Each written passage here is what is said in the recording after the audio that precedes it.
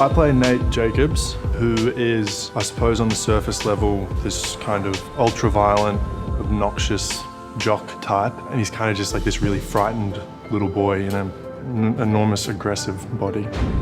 You're a strong man, Nathaniel.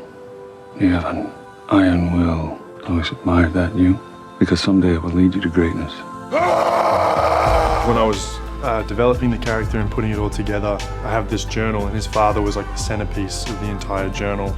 I had this big photo of Eric Dane in the middle of the book, and then I would sort of form everything around it. You see at the start of episode 2, from an incredibly young age, Nate has been obsessed with sort of his dad's secret life, and it's kind of formed everything about him. You know, he has no idea what a normal family is supposed to look like.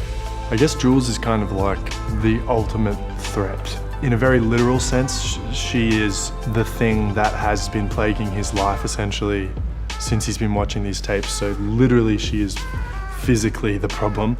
And then also she kind of poses a threat to masculinity and to order and to everything that is conventional and straight.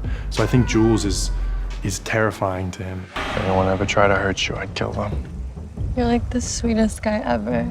I think the thing with Maddie, what is really interesting, he's incredibly vulnerable when he's around her. She is this part of his life. She's kind of like this safe place, and then when it got taken away from him, it almost feels like the ultimate betrayal. The sort of the power complex with him and girls comes from that thing of needing to win and needing to be strong, and if he can dominate them and if he can own them, then he can keep everything in order and he can keep it the way that it's supposed to be, which is straight and you know what I mean, and conventional, and like if he can keep it down those lines, then everything will be okay and he won't end up like his dad. So when things don't go that way is when he starts to get like super aggressive and super angry. And they hurt you. No.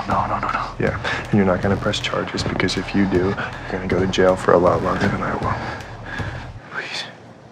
Depending on what I do to you. I think sort of deep down, what he's really looking for is for the freedom to be able to be like Jules, to be like everyone else, the freedom to be able to let it go and sort of not have this crushing burden that's sort of weighing him down all the time. I think his like ultimate thing that he would be looking for would be for someone to tell him that it's okay